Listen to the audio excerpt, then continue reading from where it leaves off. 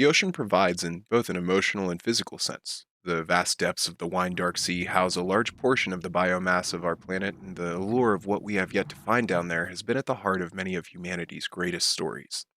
Though land is where humanity has taken up residence, still the ancient stirrings of our ancestors live within some of us and draws the masses to its edge for midsummer vacations to stunning sandbars, strewn about the furthest reaches of that well.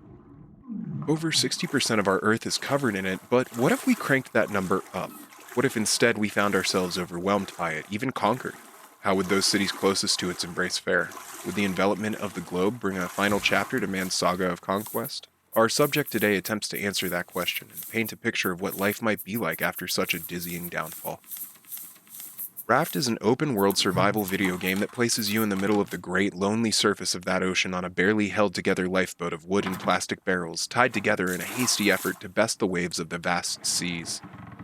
Developed by Red Beat Interactive and published by Axolot Games, Raft immediately inserts you into a frantic survival situation, using your trusty hook to pull closer what little garbage remains of human society drifting across the surface of its destroyer.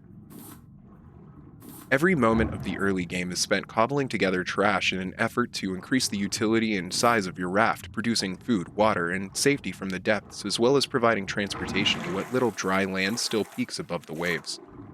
It can seem at times that nature itself is against you, but once you learn to accept the gifts it offers and keep yourself aloft from its dangers, it becomes a very tranquil experience.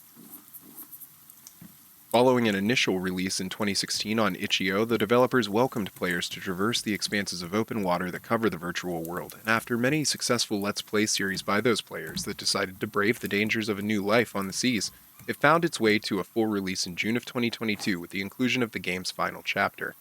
Indeed, many of those players had been drawn to the very same alluring gameplay loops that originally sucked me in. While the game was hard at first, when survival seems to be nigh insurmountable eventually, with resources and the safety of a larger raft, I found a sense of peace, letting go of the human urge to control and instead acquiescing to the will of the waters, dragging me lazily across the seas when my engine would run low on fuel.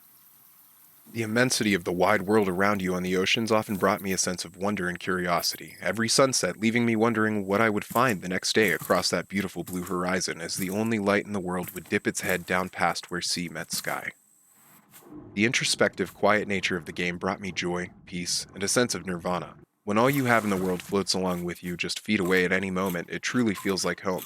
Though the playable space is dictated by how far you're willing to develop your raft, it never left me feeling trapped or stuck.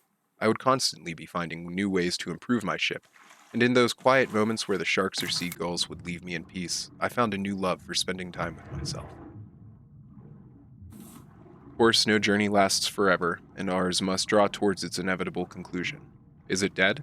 Well, unfortunately, it seems to be. At the time of writing, the game is sitting at number 99 on the Steam charts, dipping just below the horizon and off into the blue just when you aren't looking.